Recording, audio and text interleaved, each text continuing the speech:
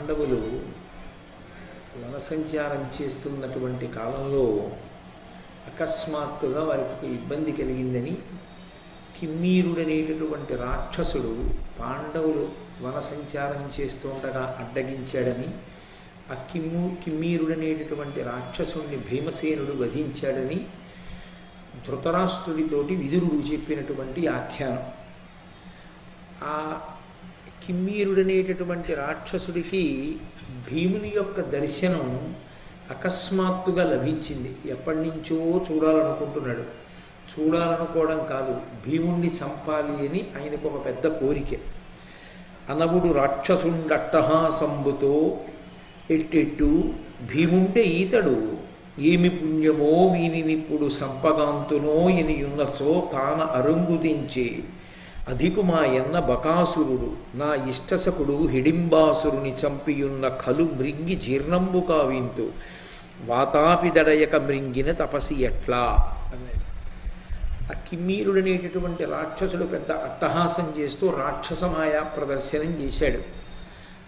భయపడినటువంటి ద్రౌపదీదేవిని పాండవులు 5 రక్ష చేసి పురోహితుడైనటువంటి ధౌమ్యుణ్ణి పిలిచి, ఏమిటి రాక్షసమాయ మమ్మల్ని ఇలా అడ్డగించాడు అని ప్రశ్నిస్తే తనకున్నటువంటి మంత్రశక్తి చేత రాక్షస మాయనంతటినీ కూడా ధ్వంసం చేశాడు ధౌమ్యుడు. అప్పుడు ధర్మరాజు గారు అడిగాడు, ఎవరు నువ్వు, ఎందుకు మా మార్గాన్ని అడ్డగించావు? ఆయన నా పేరు కిమ్మీరుడు, నేను సాక్షాత్తుగా అదిగో బకాసురుని యొక్క తమ్ముణ్ణి. హిడింబాసురుడు నాకు అత్యంత ప్రియమైనటువంటి స్నేహితుడు. అటు బకాసురుణ్ణి ఇటు హిడింబాసురుణ్ణి కూడా సంహరించినటువంటి వాడు భీమసేనుడు. ఎప్పుడెప్పుడు ఈ భీమసేనుణ్ణి నేను చూస్తానా సంహరిస్తానా అని ఎదురు చూస్తున్నటువంటి సమయంలో నా కలల పంటగా అనుకోకుండా ఇవాళ భీమసేనుడి దర్శనమైంది. కాబట్టి నేను ఇప్పుడు ఈ భీముణ్ణి మిమ్మల్ని సంహరించి తినేస్తాను. నేను ఈ వనంలో జంతువుల్ని మనుష్యుల్ని తింటూ ఉంటాను, దేవతలు కూడా నాతో యుద్ధం చెయ్యలేరు అని ప్రగల్భాలు పలికి ఆయన పాండవులతో యుద్ధానికి సన్నద్ధుడయ్యాడు. వెంటనే ధర్మరాజు గారు చేసినటువంటి సంజ్ఞని అందుకున్న వాళ్ళై ఆయన రక్కసునకు అలిగిన అగ్రజు నలుక ఎరిగి వీరుడర్జనుండు మనసి గాంధీవంబు మోపెట్టే సునిశిత ఖడ్గపాణులైరి కవలునంతా. అర్జునుడు వెంటనే గాంధీవాన్ని సిద్ధం చేసుకున్నాడు. నకుల సహదేవులు తమ ఖడ్గములను సిద్ధం చేసుకున్నారు. ఈ సమయంలో భీమసేనుడికి కిమ్మీరుడికి ప్రచండమైనటువంటి యుద్ధం జరిగింది. అక్కడ ఉన్నటువంటి చెట్లు రాళ్ళు అన్నిటినీ ఒకళ్ళ మీద ఒకళ్ళు విసురుకున్నారు. ఎట్టకేలకి భీమసేనుని యొక్క భుజపరాక్రమం చేత మల్ల యుద్ధంలో కిమ్మీరుడు సంహరింపబడ్డాడు. ఆ విధంగా కిమ్మీరుడనేటటువంటి రాక్షసుని యొక్క సంహారమునకు వీళ్ళ వనవాసము ఉపయుక్తమైంది. పరమేశ్వరుడు ఏది చేసినా దాని వెనక ఏదో ఉంటుంది, పైకి కనపడదు అప్పటికప్పుడు. కానీ పాండవులు అరణ్యవాసానికి వెళ్ళడం రాక్షసుల యొక్క సంఖ్యని తగ్గించడానికి, భూమి యందు ధర్మము నిలబడడానికి కారణమైంది. 2, అరణ్యవాసం చేసినటువంటి పాండవులు ఎన్నో వెతలు పడుతూ ఉంటారు అని ధృతరాష్ట్రుడు దుర్యోధనుడు అనుకున్నారు. కానీ సహజ పరాక్రమోపేతులైనటువంటి పాండవులు దేనికి వెరవక కిమ్మీరుడు వంటి రాక్షసులు ఎదురు వచ్చినప్పుడు తమ భుజ పరాక్రమము చేత సంహరించగలిగారు. అంటే దేవతానుగ్రహము కలిగినటువంటి వారికి, ధర్మపథమునందున్న వారికి ఎప్పుడూ భగవంతుని యొక్క అనుగ్రహం ఉంటుంది. వారు ఎంత భయంకరమైనటువంటి ప్రతిబంధకములను ఎదుర్కొన్నప్పటికీ వాటిని అధిగమించగలిగినటువంటి శక్తి వాళ్ళ యొక్క ధర్మానుష్ఠాన బలం చేత, తత్కారణము చేత దైవము నుండి ప్రసారింపబడినటువంటి అనుగ్రహం చేత సంతతము పొందుతూ ఉంటారు. వాళ్ళ యొక్క ధర్మానుష్ఠాన బలం చేత, తత్కారణము చేత దైవము నుండి ప్రసారింపబడినటువంటి అనుగ్రహం చేత సంతతము పొందుతూ ఉంటారు. ఆ కిమ్మీరుని యొక్క సంహారం జరిగిన తరువాత ఆ పాండవులు ఉన్న ప్రదేశానికి పాంచాల యాదవ వృష్ణి భోజ అంధకులు వచ్చారు. వాళ్లతో పాటే కృష్ణ భగవానుడు కూడా తన చెల్లెలైనటువంటి సుభద్రని, అభిమన్యుడు మొదలైనటువంటి వాళ్లతో కలిసి వచ్చాడు. ఆ వచ్చినటువంటి కృష్ణ పరమాత్మని అర్జునుడు చూశాడు. ఎప్పుడో మొట్టమొదటిసారి వాళ్ళు జూదానికి బయలుదేరక ముందు చూడడం, రాజసూయాగం పూర్తయినప్పుడు అగ్రపూజలో చూశాడు. ఇక ఆ తర్వాత మళ్ళీ కృష్ణార్జునులు కలుసుకోలేదు. వాళ్ళిద్దరి మధ్య ఉండేటటువంటి అనుబంధం అటువంటిది. కారణమేమి అంటే వాళ్ళు నరనారాయణులు అనబడేటటువంటి ఆది ఋషులు. వాళ్ళు అవతార స్వీకారం చేశారు. ఆ అవతార స్వీకారం చేసినటువంటి కారణం చేత వాళ్ళిద్దరి మధ్య ఉండేటటువంటి అనుబంధం ఒక ప్రత్యేకతని సంతరించుకున్నదై ఉంటుంది. అందుకని కృష్ణ భగవానుడి యొక్క దర్శనం కలగగానే అర్జునుడు ఎంతో సంతోషించాడు. నరుడు నారాయణుండు నా బరగు నాది మునులమిద్దరము అందు నీవనగా నరుడవు నేను నారాయణుండ అనూన శక్తియుతులమై మర్త్యయుని పుట్టితిమి పేర్మి. కృష్ణ భగవానుడు అర్జునుడు చేసినటువంటి స్తోత్రానికి, అర్జునుడు తన పట్ల చూపించినటువంటి భక్తిభావానికి ఎంతో సంతోషించాడు. సంతోషించి నరుడు నారాయణుడు అనబడేటటువంటి ఇద్దరు ఆది ఋషులుగా మనిద్దరం ఒకప్పుడు తపస్సు చేశాం. మనమే భూభారం తగ్గించడానికి మళ్ళీ ఈ ద్వాపర యుగంలో అవతార స్వీకారం చేశాం. అందులో నేను నారాయణ ఋషిని, అర్జున నువ్వు నరుడు అనబడేటటువంటి పేరు కలిగినటువంటి ఋషివి. మళ్ళీ ఈ మనుష్యలోకంలో మనిద్దరం జన్మించాం అంటే అర్జునుడు చాలా సంతోషించి, మహానుభావ నువ్వు ఆద్యంతములు లేనివాడివి, సర్వకాలములయందు ఉండేటటువంటి వాడివి, నిత్యుడవు సత్యుడవు. నువ్వు గంధమాదన పర్వతం మీద 10,000 సంవత్సరములు కేవలము దుంపలు మొదలైనటువంటివి తింటూ తపస్సు చేశావు. అలాగే పుష్కర తీర్థంలో 11,000 సంవత్సరములు కేవలం నీళ్లు తాగుతూ తపస్సు చేశావు. ప్రభాస తీర్థంలో దేవమానంలో 1000 సంవత్సరాలు ఒంటిగాలి మీద నిలబడి తపస్సు చేశావు. సరస్వతీ నదీ తీర్థంలో 12 ఏళ్ళు అనేకమైనటువంటి విశిష్టమైన వ్రతములను ఆచరించావు. కుబేరుని యొక్క తోట అయిన చైత్రరథము అనబడేటటువంటి ఉద్యానవనంలో నువ్వు అనేకమైనటువంటి యజ్ఞములను నిర్వహించావు కృష్ణ. ఒక్కొక్క యజ్ఞాన్ని నిర్వహించినప్పుడు 1,000,000 మేలిమి బంగారు నాణెములను బ్రాహ్మణులకు దానం చేశావు. నువ్వే ఒకానొకప్పుడు ఇంద్రుడికి తమ్ముడవై ఉపేంద్రుడన్న పేరుతో వామనమూర్తిగా అదితి కశ్యపులకు ప్రాదుర్భవించి ఇంద్రుడికి మళ్ళీ బలిచక్రవర్తి దగ్గర పుచ్చుకొని రాజ్యం ఇవ్వడం కోసమని 3 అడుగులు దానమడిగి ఈ బ్రహ్మాండములన్నిటినీ కూడా 3 అడుగుల చేత కొలిచి ఆక్రమించి ఆ సామ్రాజ్యాన్నంతటినీ మళ్ళీ దేవేంద్రుడికి ఇచ్చావు. దేవేంద్రుడికి తమ్ముడిగా పుట్టావు కాబట్టి నీకు ఉపేంద్రుడు అని పేరు వచ్చింది. ఇన్ని ఘనకార్యములు చేసినటువంటి మహానుభావుడవు నీవు. సాక్షాత్ శ్రీ మహావిష్ణువువి. నా అదృష్టం కొద్దీ నాకు ఇష్ట సకుడవై బంధువువై నా ప్రాణమై నాతో కలిసి తిరుగుతున్నావు అని శ్రీకృష్ణ భగవానుణ్ణి అర్జునుడు స్తోత్రం చేస్తే ఆయన ఎంతో ప్రీతి పొందారు. కృష్ణార్జునులు ఇద్దరూ కూడా సంతోషంగా మాట్లాడుకుంటున్నటువంటి సమయంలో ద్రౌపదీదేవి వచ్చి ఆమె యొక్క బాధ చెప్పుకోవడం ప్రారంభం చేసింది. ఇందుచేత ఆనాడు తన భర్తలు 5గురు కూడా ఆ కపట ద్యూతమునందు ఓడిపోయి వాళ్ళు ద్రౌపదీదేవిని రక్షించలేనటువంటి స్థితి యందు పడిపోతే ఆనాడు ఆమె శరణాగతి చేసింది కృష్ణ భగవాను.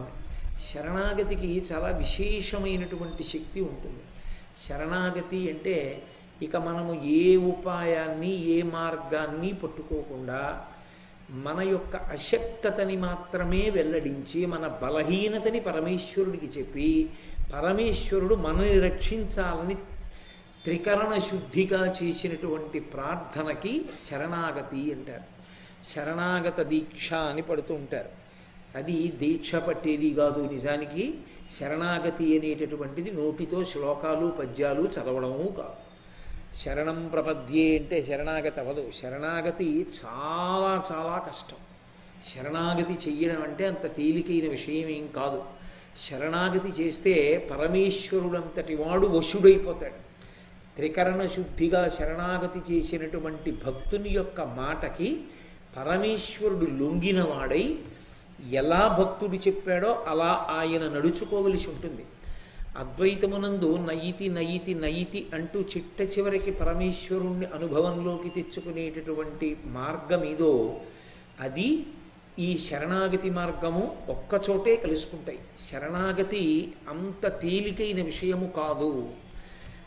నేను నా యొక్క బలహీనతలన్నిటినీ కూడా త్రికరణ శుద్ధిగా భగవంతుడికి చెప్పాలి. నన్ను నేను రక్షించుకోలేను అన్న విషయంలో పూనిక పొందాలి. పొంది దాన్ని భగవంతుడికి చెప్పాలి. చెప్పి నువ్వే నన్ను రక్షించాలని అడిగితే దాన్ని శరణాగతి అంటారు.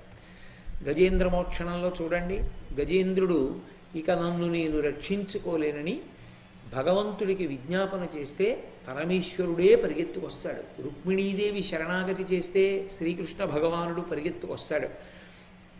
విభీషణుడు శరణాగతి చేస్తే రామచంద్రమూర్తి ఆశ్రయం ఇస్తారు. శరణాగతి అన్నది సనాతన ధర్మమునందు ఒక మహోత్కృష్టమైనటువంటి సిద్ధాంతము.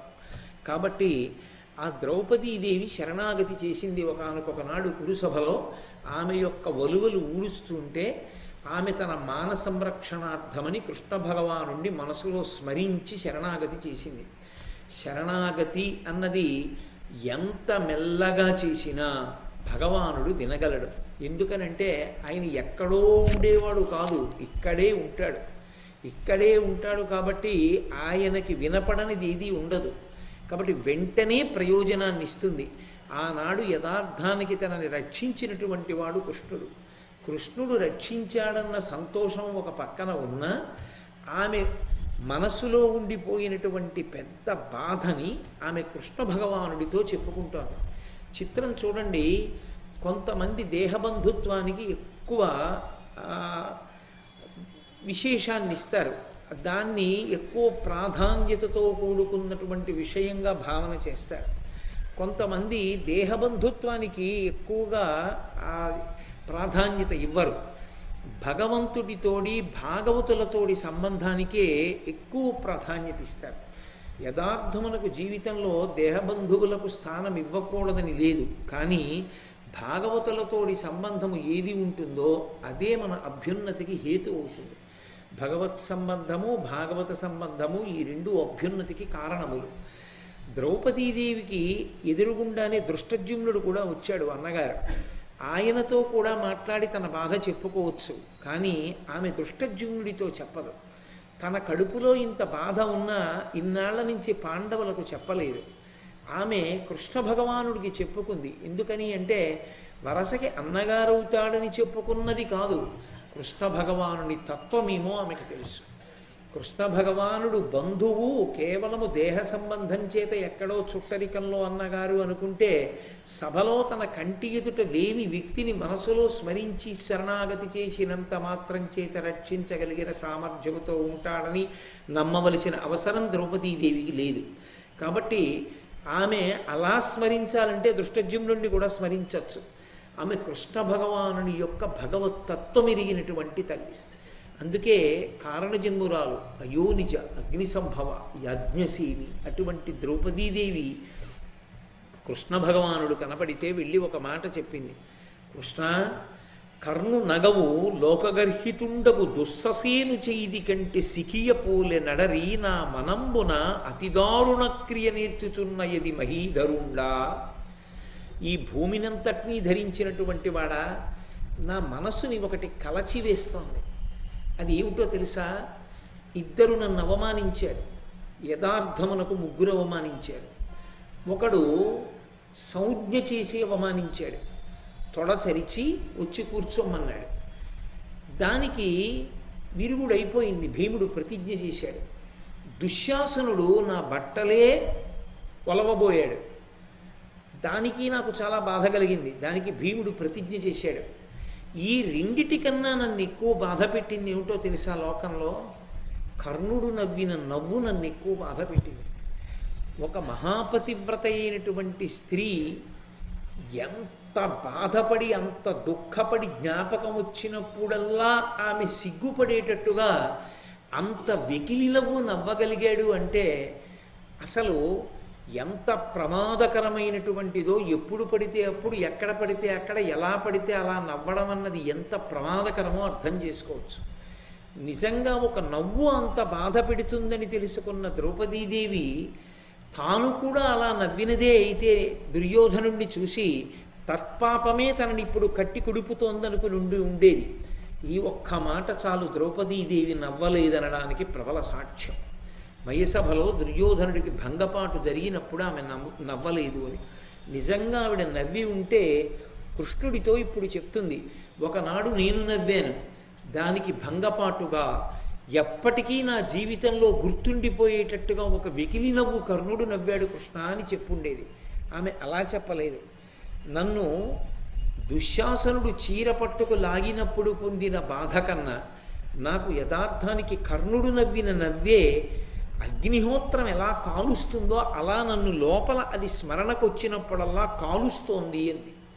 వెంటనే కృష్ణ భగవానుడు అన్నాడు, అమ్మా, నా నోటి వెంట వచ్చిన మాట ఎన్నడూ ఊరకపోయేది కాదు. సముద్రములన్నీ ఏకమైన, ఈ భూమండలమంతా కదిలిపోయిన, పర్వతములు ఘూర్నిల్లిన నా మాట పోదు. నేను యథార్థం చెప్తున్నాను. ఈ పాండవులకు ఎవరు కీడు చెయ్యాలని తలపెట్టారో అటువంటి ధార్తరాష్ట్రులు వారి బంధుజనులు కురుక్షేత్ర యుద్ధంలో చాలా భయంకరమైనటువంటి మరణాన్ని పొందుతారమ్మా, నువ్వేమి బెంగ పెట్టుకోవద్దు, నా వాక్కు సత్యం అవుతుంది అని అభయం ఇచ్చారు. వెంటనే దృష్టజ్యుమ్నుడు జోక్యం చేసుకుని అన్నాడు, వినయ విహీనుల దుర్యోధన దుశ్శాసనుల పవనతనయుడు రాధాతనయుని నరుడు ఏను కుంభజునని చంపుదు ఏలవగవ అంబుజనేత్ర. ఓ చెల్లెలా ద్రౌపది, ఎందుకమ్మా ఏడుస్తావు? అది అన్నా చెల్లెళ్ళ అనుబంధం అంటే. ఎందుకమ్మా ఏడుస్తావు? నిన్ను బాధ పెట్టిన వాళ్ళు ఉన్నారే వినయ విహీనులు, వాళ్ళకి వినయం తెలియదు. ఆ వినయం తెలియనటువంటి దుర్యోధన దుశ్శాసనుల్ని భీమసేనుడు చంపుతాడు. అలాగే కర్ణుణ్ణి రాధాసుతుండు అంటే కర్ణుడు, ఆ రాధాతనయుని నరుడు అర్జునుడు చంపుతాడు కర్ణుణ్ణి. ఇక ద్రోణాచార్యుల వారిని నేను చంపుతాను ప్రతిజ్ఞ చేశాడు దృష్టజ్యుమ్నుడు. ద్రోణాచార్యుల వారిని నేను చంపుతాను. కాబట్టి ప్రధానమైనటువంటి వీరులందరూ కూడా ఆ కురుక్షేత్ర సంగ్రామంలో పడిపోతారమ్మా, ఎందుకు నువ్వు బాధపడతావు అని అనునయించాడు. అనునయించిన తరువాత కృష్ణుడు జోక్యం చేసుకుని అన్నాడు, ధర్మరాజా, మీరు మణిసభకి వెళ్ళినప్పుడు, మీరు ధార్తరాష్ట్రుల వద్ద జూదం ఆడినప్పుడు నేను లేను. నేను ఎక్కడో దూరంగా ఉన్నాను. నేను ఉంటే ఇలా జరిగేది కాదు. నేను తప్పకుండా జోక్యం చేసుకునేవాడిని. అలా మాయాద్యూతం ఆడకూడదని ధృతరాష్ట్రుడికి, దుర్యోధనాదులకు, భీష్మద్రోణులకు నచ్చ చెప్పి నేను ఆ ఆట ఆపి ఉండేవాడిని. కానీ ఆ సమయానికి నేను చాలా దూరంలో ఉన్నాను. సాల్వునితో యుద్ధం జరుగుతోందప్పుడు నేను ద్వారకానగరం మీదకి దండెత్తినటువంటి సాల్వుని నిగ్రహించడం కోసమని నేను బయలుదేరి వెడుతున్నాను. అది చాలా దీర్ఘకాలం జరిగింది ఆ యుద్ధం. అందుకని నేను వెనక్కి వచ్చి మిమ్మల్ని ఆదుకోలేకపోయిన నాకు ఆ పరిస్థితిని గమనించే అవకాశం కలగలేదు. కాబట్టి ధర్మరాజా, నేను ఆ సమయానికి రాలేదు, ఇప్పటికి రాగలిగానన్నాడు. నిజమే, కృష్ణ భగవానుడు నిజంగా వచ్చి ఉంటేనే రక్షించగలిగిన వాడైతే ద్రౌపదీదేవిని ఎలా రక్షించాడు? ఇప్పుడు ముందు పద్యంలోనే కదూ నేను ద్రౌపదీదేవి శరణాగతి చెప్పాను. మరి ద్రౌపదీదేవిని రక్షించిన వాడు పాండవులను ఎందుకు రక్షించలేదు అంటే, ద్రౌపదీదేవి శరణాగతి చేసింది, రక్షించాడు. పాండవులు ఎందుకు చెయ్యలేదు? పాండవులకు అసలు కృష్ణుడే జ్ఞాపకం రాలేదు. తెల్లవారి లేస్తే ఏ పని చేసినా కృష్ణ భగవానుణ్ణి తీసుకొచ్చి కూర్చోపెట్టి పూజ చేసి అనుమతి తీసుకుంటే తప్ప కార్యనిర్వహణ చెయ్యనటువంటి పాండవులకు అసలు కృష్ణ భగవానుడు జ్ఞాపకమే రాలేదు. అన్ని కష్టాలు పడి ఆఖరికి జూదంలో ఓడిపోయి ద్రౌపదీదేవికి అంత అవమానం జరుగుతున్నప్పుడు కూడా వాళ్ళు కృష్ణుని యొక్క స్మరణం చెయ్యలేదు. దీనిని బట్టి ఏమర్థమవుతోంది? భగవంతుని యొక్క నామస్మరణము, భగవంతుని యందు భక్తి మనం సంకల్పం చేస్తే వచ్చేవి కావు. వాటికి ముహూర్తాలు ఉండవు. ఇవాళ ద్వాదశి అండి, విష్ణుప్రీతి పాత్రమైనటువంటి తిథి. అందుకని నేను ఇవాళ నుంచి భక్తితో ఉంటానని ముహూర్తం పెట్టుకోవడానికి అది గృహప్రవేశం కాదు, వివాహం కాదు. భగవంతుడు స్మరణలోకి రావడానికి, భగవంతుని యందు భక్తి నిలబడడానికి, భగవంతుడున్నాడన్న భయంతో తప్పు చెయ్యకుండా ఉండడానికి భగవంతుని యొక్క అనుగ్రహం ఉన్నవాడికి మాత్రమే సాధ్యం. ఎందుచేత అంటే పోతన గారు భాగవతం చేస్తూ ఒక ఆశ్చర్యకరమైన మాట అన్నారు.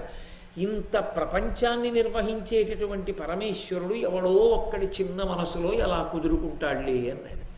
అంతటా నిండిపోయిన పరమేశ్వరుడు ఒక్కడి మనసులో కుదురుకుంటాడా? కష్టం కదూ అన్నారు. అంటే ఆయనని స్మరించేటటువంటి అనుగ్రహానికి దూరం కానంత భక్తి తత్పరులై ఉండాలి. ఒకటి అంటే పాండవులు కారా?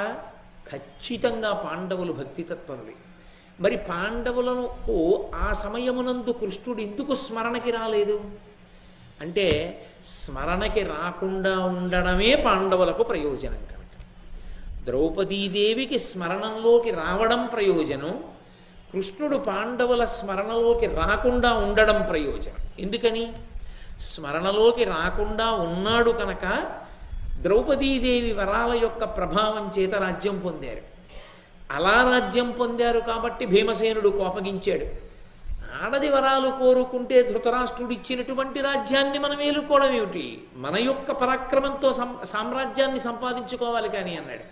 అలా అన్నాడు కాబట్టి అనుజ్యూతానికి ధర్మరాజు గారు వెళ్ళాడు. వెళ్ళాడు కాబట్టి ఓడిపోయాడు. ఓడిపోయాడు కాబట్టి అరణ్యవాసం అజ్ఞాతవాసం చేశాడు. అరణ్యవాసం అజ్ఞాతవాసానికి వెళ్ళాడు కాబట్టి ఆ ప్రత్యేకమైన పర్వానికి వనపర్వము అని, అరణ్య పర్వము అని, ఆరణ్య పర్వము అని పేర్లు వచ్చాయి. ఎందుకని?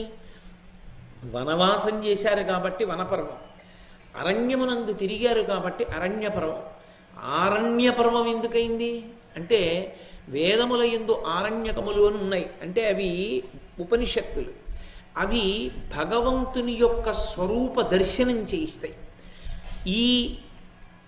ఈ యొక్క పర్వమంతా కూడా భగవంతుని యొక్క స్వరూప దర్శనం, మంత్రోపదేశం, వివిధ రకములైనటువంటి దేవతలు ఎటువంటి ఉపాసనా బలం చేత మనల్ని అనుగ్రహిస్తారు, ఈశ్వరానుగ్రహాన్ని పొందడానికి ఉపాసన ఎలా ఉండాలి, ఈ రహస్యాలన్నింటినీ ఉపనిషత్తులతో సమానంగా చెప్పింది కాబట్టి ప్రత్యేకంగా ఈ పర్వం ఆరణ్య పర్వం.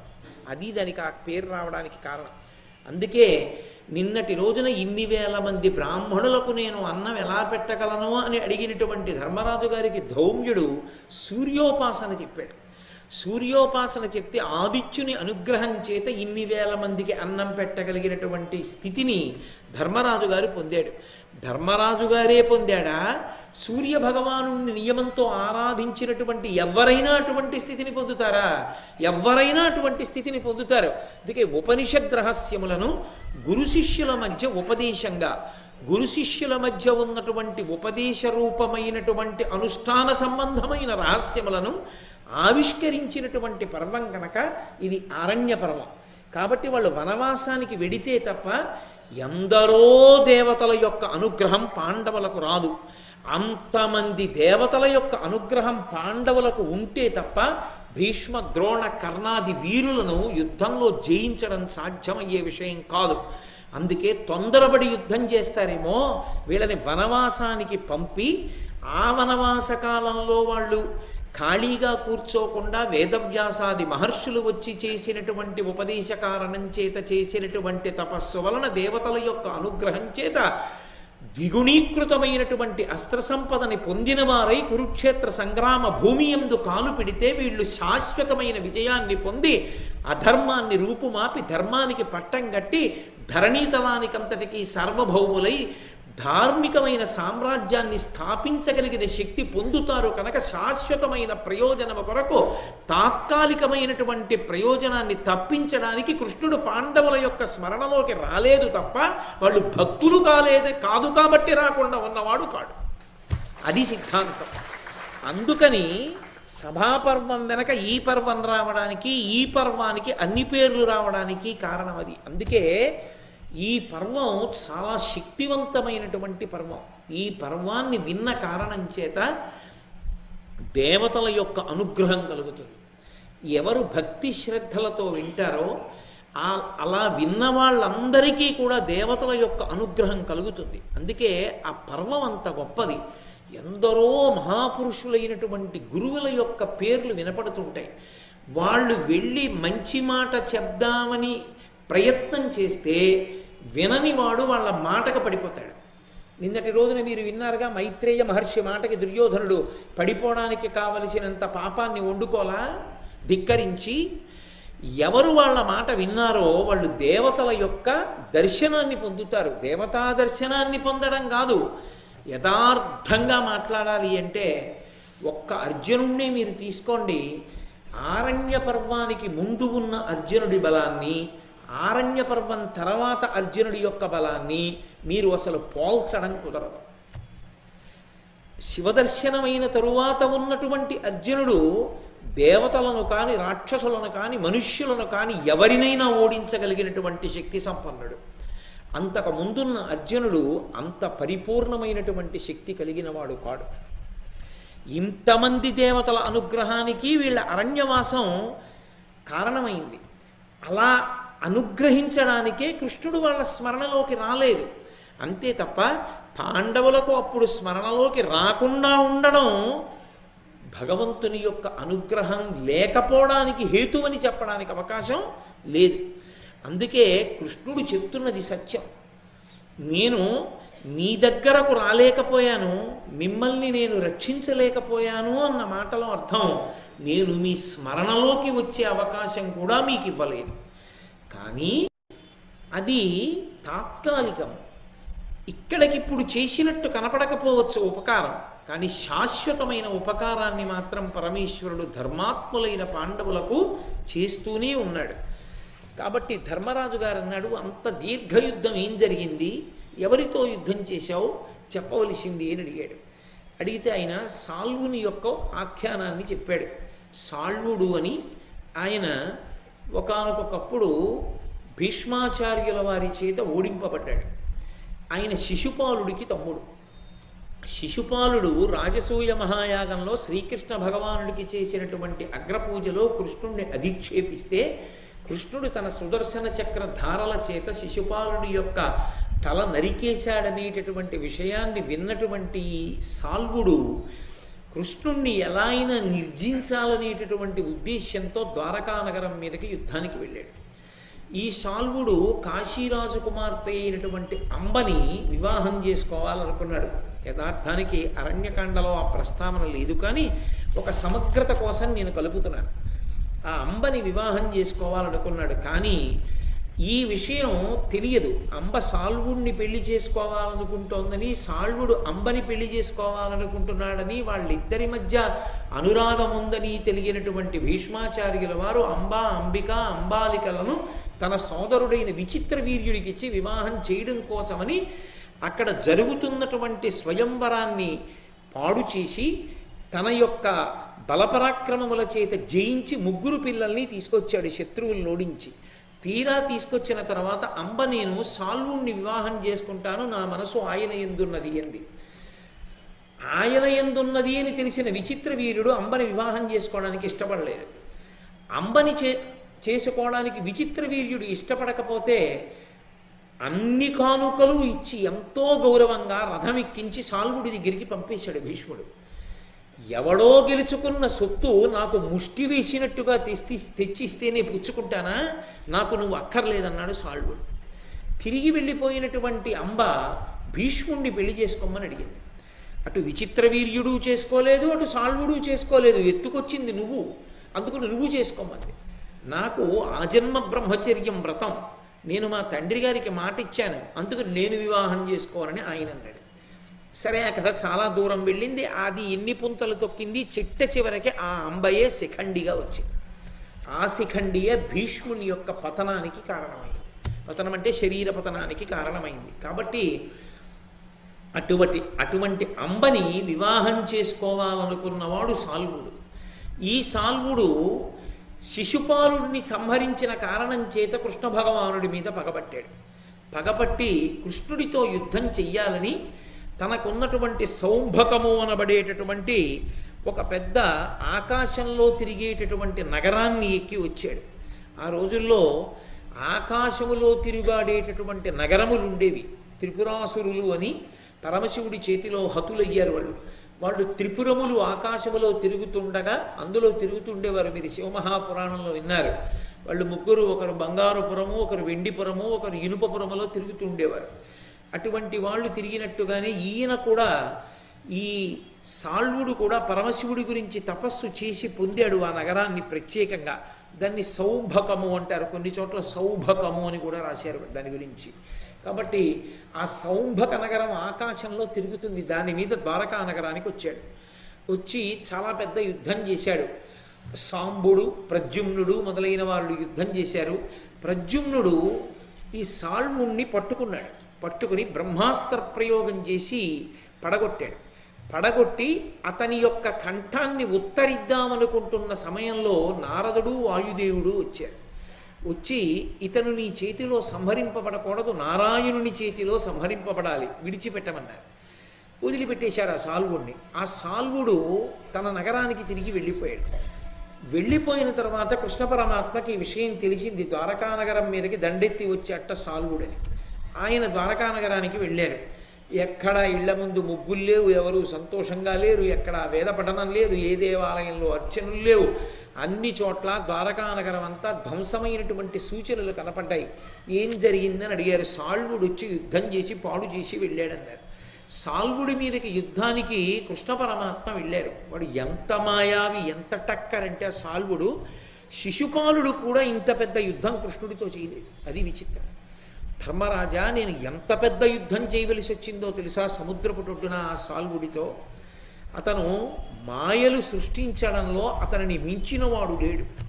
అతను మా తండ్రి అయినటువంటి వసుదేవుణ్ణి బంధించి తన నగరంలో ఉన్నట్లుగా చూపించాడు నాకు. ఏదో శ్రీరామాయణంలో సీతమ్మ తల్లిని సంహరించినట్టుగా ఇంద్రజిత్తు చూపించినట్టు, రామచంద్రమూర్తి యొక్క తల నరికి తెచ్చినట్లుగా సీతమ్మకి చూపించినట్టు, ఈయన మాయావసుదేవుణ్ణి సృష్టించి తన సౌంభక నగరంలో బంధించి ఉంచినట్లుగా చూపించి, ద్వారకానగరం నుంచి వచ్చినటువంటి ఒక వేగులవాడు కృష్ణ భగవానుడితోటి మన పట్టణానికి వచ్చి అకస్మాత్తుగా ఈ సాల్వుడు వసుదేవుణ్ణి బంధీకృతుణ్ణి చేసి పట్టుకుపోయాడన్నారు. ఆకాశంలో నగరంలో కనపడినటువంటి వసుదేవుణ్ణి చూసి కృష్ణ పరమాత్మ అంతటి వారు రథంలో పడిపోయారు. ఆయనే మాయని వశం చేసుకొని ఉంటాడు. అటువంటి వాణ్ణి మాయి చేశాడు. స్వయంగా కృష్ణుడు చెప్పుకున్నాడు ధర్మరాజుతో. ఎటువంటి యుద్ధం చేశాడో తెలుసా ధర్మరాజా? పరశు పాశాంకుశ కరవాల శూల ముద్గరములు నా మీద తెరల కురిసే, నేనును కడగీయ దానవు శస్త్రముల్ వాయంగ చేసితి, మాయ చేసి వెరవక సాల్వుండు వెండియు నా మీద పరుష శిలావృష్టి కురిసే, వరుస అమరతమ ప్రకాశములతో దుర్దిన సుదిన శీతోష్ణముల్ గదియ చేసి, దితి సుతాధముండు శత సూర్య శతచంద్ర శత సహస్ర వహ్ని తతులు వెలుగంగా, గగనతలము చేసే పగలిది రేయిది అని ఎరుంగా ఐతి మనములోన. ఎంత భయంకరమైన యుద్ధం చేశాడో తెలుసా ధర్మరాజా? అతను నా మీదకి పరశువులు, గొడ్డళ్ళు, శూలాలు, కత్తులు, గుదియలు కొన్ని లక్షలు కురిపించాడు. వీటన్నిటినీ నేను ఛేదించాను. వాడు నా మీద శస్త్రాల్ని వర్షం కింద కురిపించాడు. అక్కడతో ఊరుకోలేదు. తన మాయ చేత 100 మంది సూర్యుల్ని సృజించాడు. అంత వెలుతురొచ్చేట్టుగా ఒకేసారి 1000 మంది చంద్రుల్ని సృష్టించాడు. కొన్ని వేల అగ్నిహోత్రాల్ని సృష్టించాడు. ఒక్కొక్క రోజున కటిక చీకటైపోయి సూర్యోదయం కానటువంటి రోజుల్ని సృష్టించాడు. అసలు సూర్యాస్తమయం కానటువంటి రోజుల్ని సృష్టించాడు. అక్కడతో ఊరుకోలేదు. అసలు ఇది రాత్రి ఇది పగలు అని తెలుసుకోవడానికి అవకాశం లేదు. ఎప్పుడు రాత్రి చేసేస్తాడో ఎప్పుడు పగలు చేసేస్తాడో అతనికే తెలియదు. అంత మాయ చెయ్యగలడు. నాకు ఏది రాత్రో ఏది పగలో నాకు తెలియరాలేదు. ఎవరు చెప్తున్నారు? కృష్ణ భగవానుడు. అంత చండ ప్రచండమైన యుద్ధం చేశాడు. ఆఖరికి నేను అతనితో అదే పనిగా యుద్ధం చేస్తూ దీర్ఘకాలం పోరు కొనసాగితే నా రథసారథి అయినటువంటి దారుకుడు నాతో ఒక మాట చెప్పాడు. ఇటువంటి దుష్టులతో ఎంతకాలం ఇలా దీర్ఘ పోరాటం చేస్తావు, తొందరగా తెమిల్చి పడగొట్టన్నాడు. అప్పుడు నేను నా సుదర్శనాన్ని స్మరించాను. శార్ంగమనేటటువంటి ధనస్సు పట్టుకుని యుద్ధం చేశాడు సాల్వుడితో కృష్ణ భగవానుడు. అయినా వాడు నిర్జింపబడలేదు. అప్పుడు చక్రాన్ని స్మరించాడు. తడయక ఘోరదర్శన సుదర్శన పావకుచే దహింపగా పడి పరమేశ్వరోగ్ర శరపావక దగ్ధ పురత్రయాభమై ఎడరి ధరిత్రి మీద పడియంచడి సౌంభకము అంత సాల్వుడుం పడియ మదీయ చక్ర పటుపాతరయంబున 2 వ్రయ్యలై. ఆనాడు పరమశివుడు విడిచిపెట్టినటువంటి బాణము చేత దెబ్బతిన్నటువంటి త్రిపురములు నేల మీద ఎలా పడిపోయాయో అలా నా సుదర్శన చక్ర ధాటికి తట్టుకోలేక ఆ సౌంభకం అనేటటువంటి నగరము 2 ముక్కలైపోయి కింద పడిపోయింది. దానితో పాటుగానే సాల్వుని యొక్క శరీరం కూడా 2 ముక్కలై కింద పడిపోయింది. ఆ విధంగా నేను సాల్వుణ్ణి సంహారం చేశాను. ఆ సంహారం చెయ్యడంలో నేను చాలా దీర్ఘ పోరాటంలో ఉండిపోవలసి వచ్చింది. అలా ఉండిపోవడంలో నేను వచ్చి నిన్ను రక్షించలేకపోవడం జరిగింది అని ధర్మరాజు గారిని ఓదార్చి అక్కడి నుంచి బయలుదేరి పాండవులను వీడ్కొని తన చెల్లెలైనటువంటి సుభద్రని మేనల్లుడైనటువంటి అభిమన్యుణ్ణి తీసుకుని ద్వారకా నగరానికి బయలుదేరి వెళ్ళిపోయాడు. ద్రౌపదీదేవి యొక్క అన్నగారైనటువంటి దృష్టద్యుమ్నుడు ఉపపాండవులు అంటే ధర్మజ భీమ అర్జున నకుల సహదేవులకు ద్రౌపదీదేవి ఎందు పుట్టినటువంటి ప్రతివింధ్యాదులను తీసుకుని దృష్టద్యుమ్నుడు వెళ్ళిపోయాడు. పాండవులు ఇంద్రసేనుడు మొదలైనటువంటి కేవలం 20 మంది భటులతో కొన్ని వేల మంది నిత్యాగ్నిహోత్రీకులైన బ్రాహ్మణులతో ఆ కామ్యకవనాన్ని విడిచిపెట్టి ద్వైతవనానికి వెళ్ళిపోయారు.